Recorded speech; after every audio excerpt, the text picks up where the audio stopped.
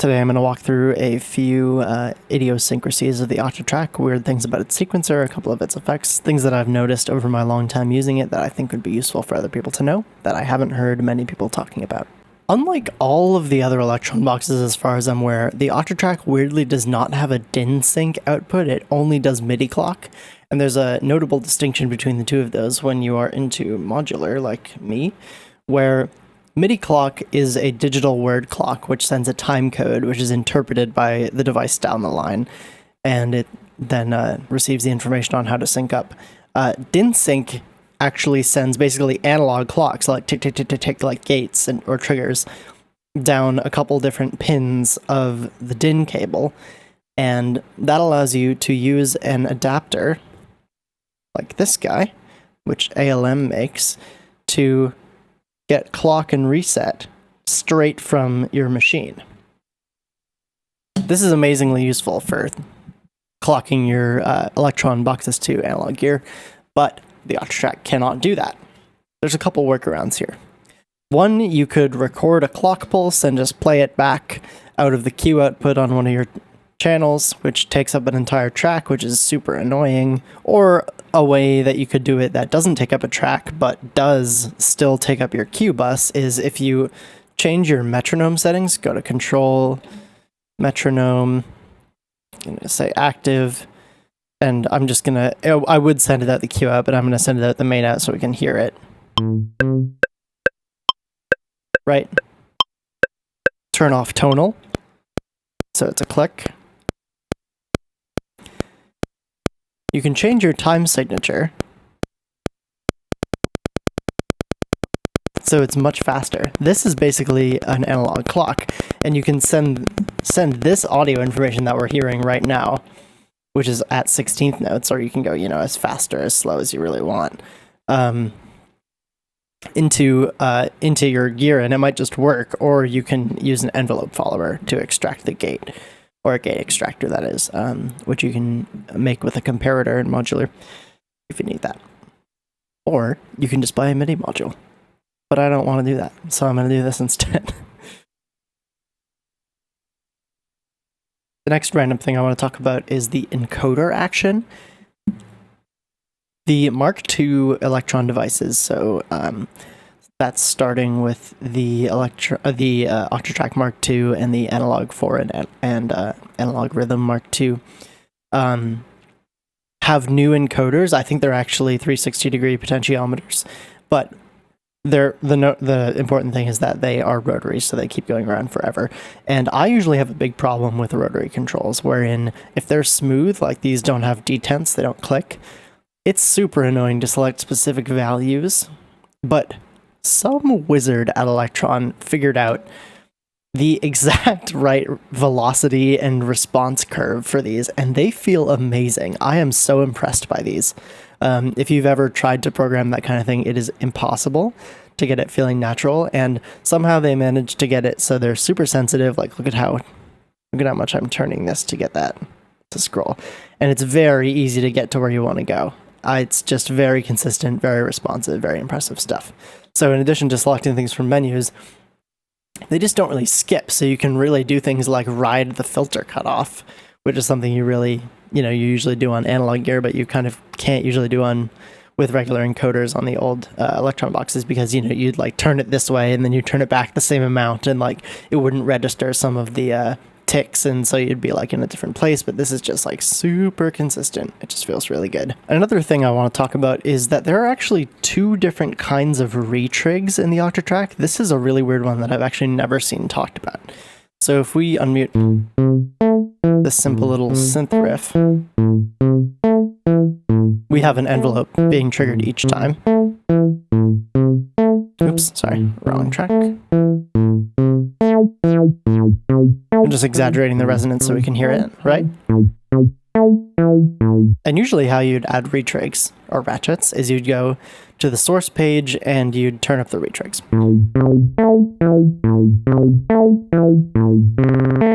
You can kind of hear that. This is a single cycle waveform sample, so you can't really hear it that well. But the important part is, even if you retrig a whole bunch of times, if your amp envelope or if your filter envelope is short, it will still cut them off. Maybe we can try it with a hi-hat so it's a little bit clearer.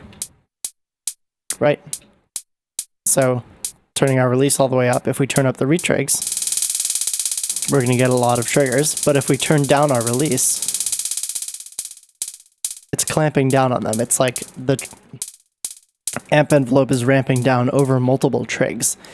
And this can be a good thing because it allows you to do cool things like, I think that sounds pretty cool, this kind of weird like ratchety, rattly thing with the hi-hats.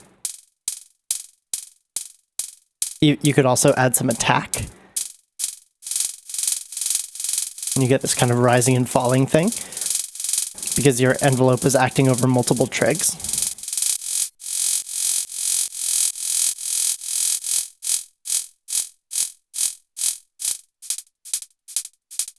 That's pretty cool.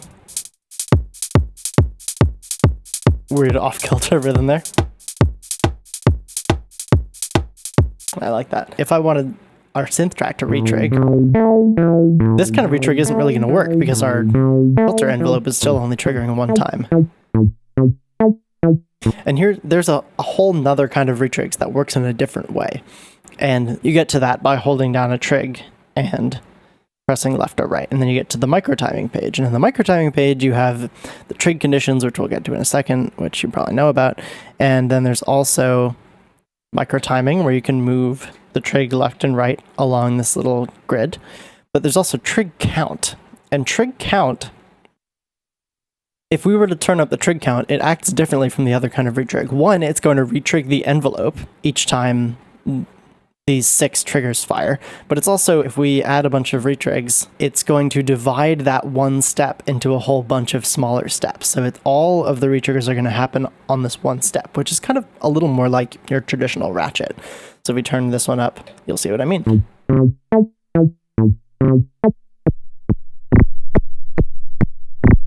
See, so they're all happening right on trig 5 here. If we turn them down, they're further spaced apart, but there's fewer. Turn it up, there's more, and they're closer. See what I'm saying?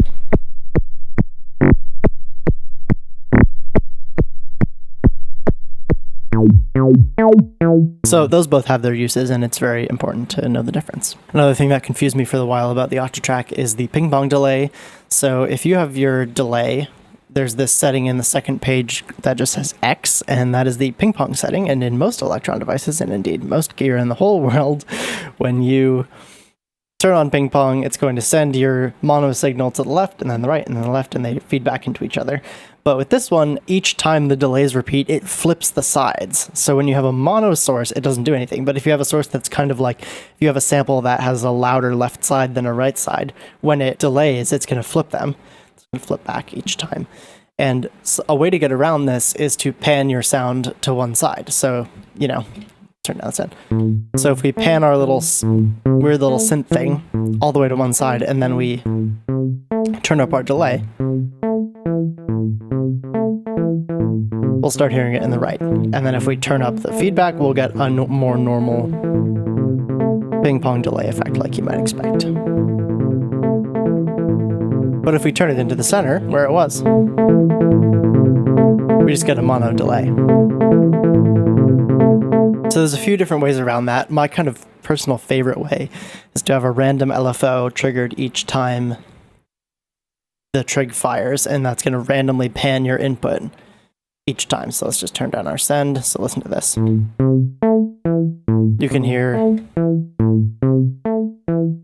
that it's appearing at this synth note is appearing at a random point in the stereo field each time it triggers. So if we turn up our ping pong delay now,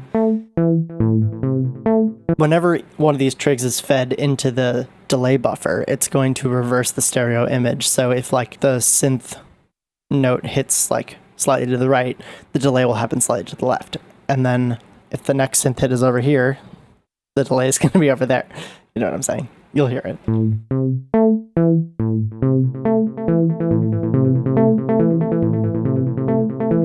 You get a super wide stereo image at the cost of a solid center.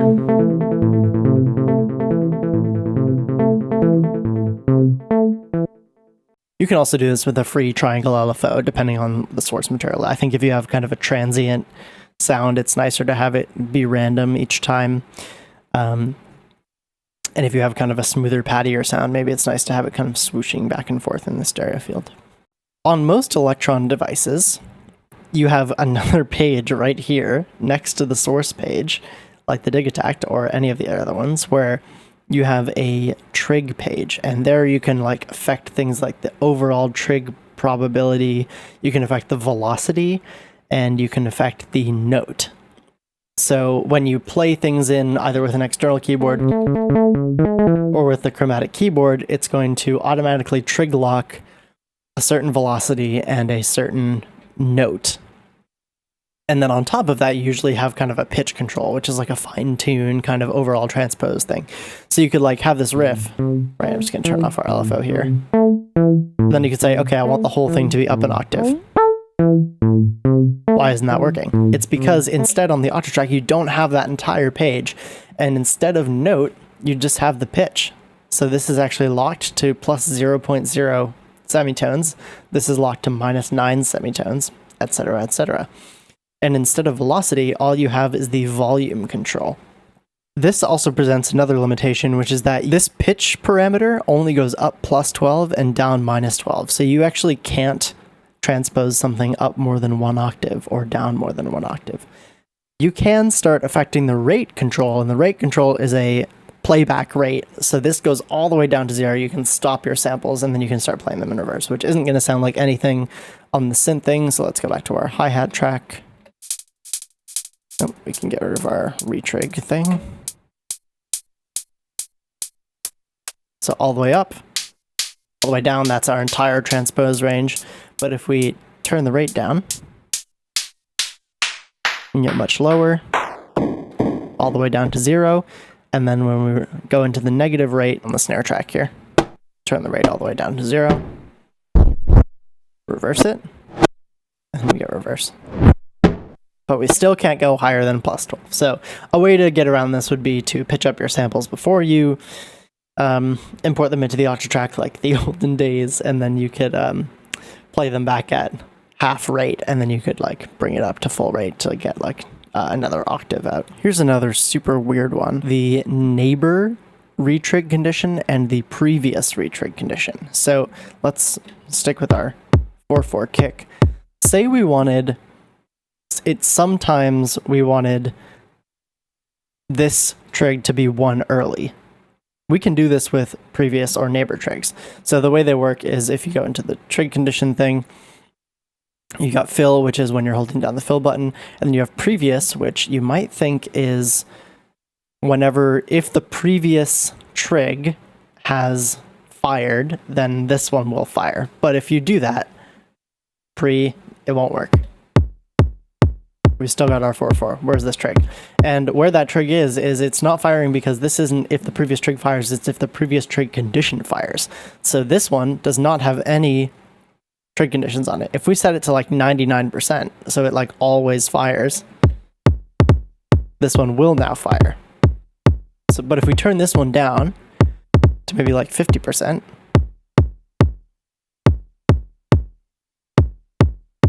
this trig on step 8 is only going to fire when step 5 fires. So do you see how they're kind of linked now? And this gets powerful because you can actually do this. It doesn't have to be just the next trig on the track. This step 8 here, I'm just going to copy and put it somewhere else. This could be all the way over here. Maybe there's 2 of them. So then the chance on number 5 is going to control the chance on 10 and 11 as well. They're going to be tied together. See that? All happening, all happening, all happening, none happening. This allows you to basically have 2 different patterns and a chance to play each different one. So a way that I like to do this is if I have a 4/4 pattern, but then maybe I also want something that's more like breaky, like that, and I want it to randomly select which one of those it's going to play each time. We can do that with the previous trig condition. So if we add our kind of breaky things back, if we assign these 2 trigs to the previous condition, and then we set our probability of this pattern happening on trig 4 here, say 50%, then right, it's all happening, but sometimes it doesn't, and then we just get trig 1 and trig 13. So is there some way to have our 4-4 pattern come back when these ones don't fire? And the answer is yes. It's the not previous trig condition. So if we add these trigs back in and go to the not pre, then we get 2 alternating patterns. These ones are only going to play when this one does not play. 4-4, 4-4, break, break, 4-4, 4-4, 4-4, 4-4, break. This gets super powerful, especially, let's just like add in some other drum sounds here.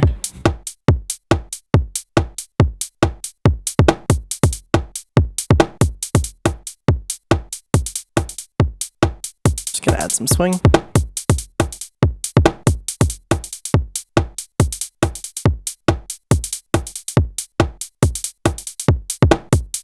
See this variance that it adds? And we could also do something interesting here where on the snare track, maybe I want this snare to be early, 1 step early half the time. And the way that we do this is we set this one to, yep, like we did, 50% chance. And then we set this one to not pre. And then we get this behavior. I'm just going to mute our other drum tracks here where these are going to only play if the other one doesn't play. Regular, early, regular, regular, regular, early. So let's have that play against our kick.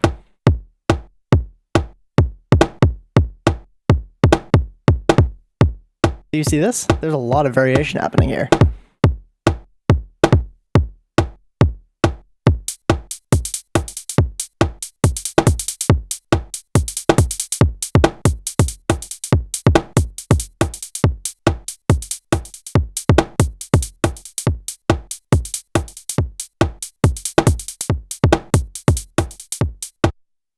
Maybe I want these last few trigs here to only happen once in a while.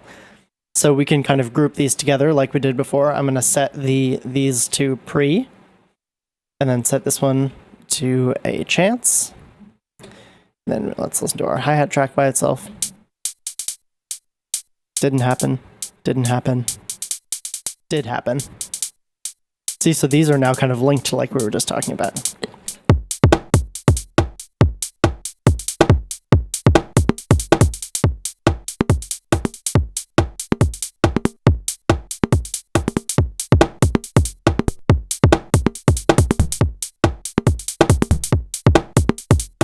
The pre-trig conditions cousin is the neighbor, which is the opposite of that. So if we go to NEI or not NEI, that's going to, instead of checking the previous trig, it's going to check the next trig. So it's going to say, I'm only going to fire if the next trig is about to fire. So it's kind of like pre-rolls its randomness, I guess. I don't find this one as useful, but I guess it could be useful. I haven't found a use for it, but it's there if you want it. The last quick thing that I want to talk about is the filter, and to not underestimate it. It actually has a lot going for it. So let's just listen to our snare track here.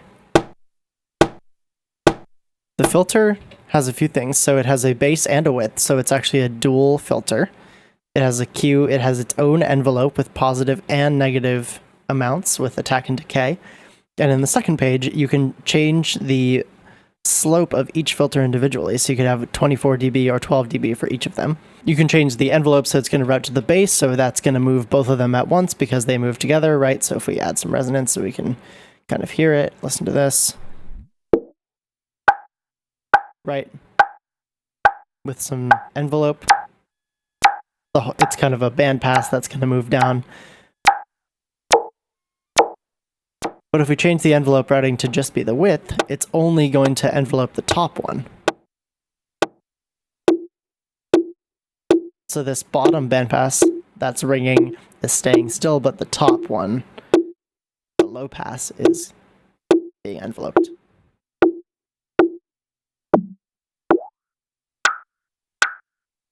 The other thing to know here is you also have a control for the Q, so the resonance control could affect both filters, just the low pass, just the high pass, or none of them. And this Q could be really useful for what we were just doing. So if I set the resonance to only affect the low pass, right, then we can high pass our sound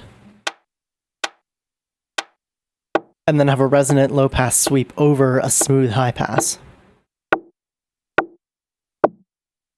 And then we don't get that ringing that we did on the fundamental of the snare. So if we change this back to both, it's kind of muddy. Just low pass, you'd get just the sweeping one.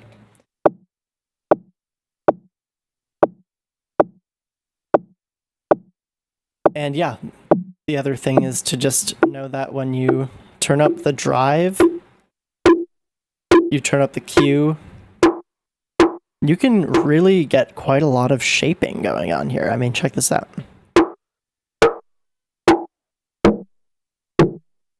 Listen to that. This is just the filter. It's really crunching it, really changing the spectra of it.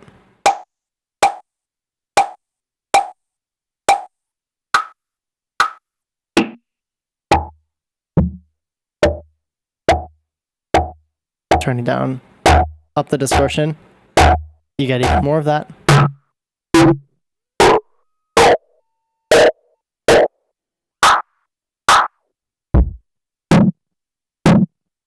Turning down the distortion, you get less. It's a little more tame.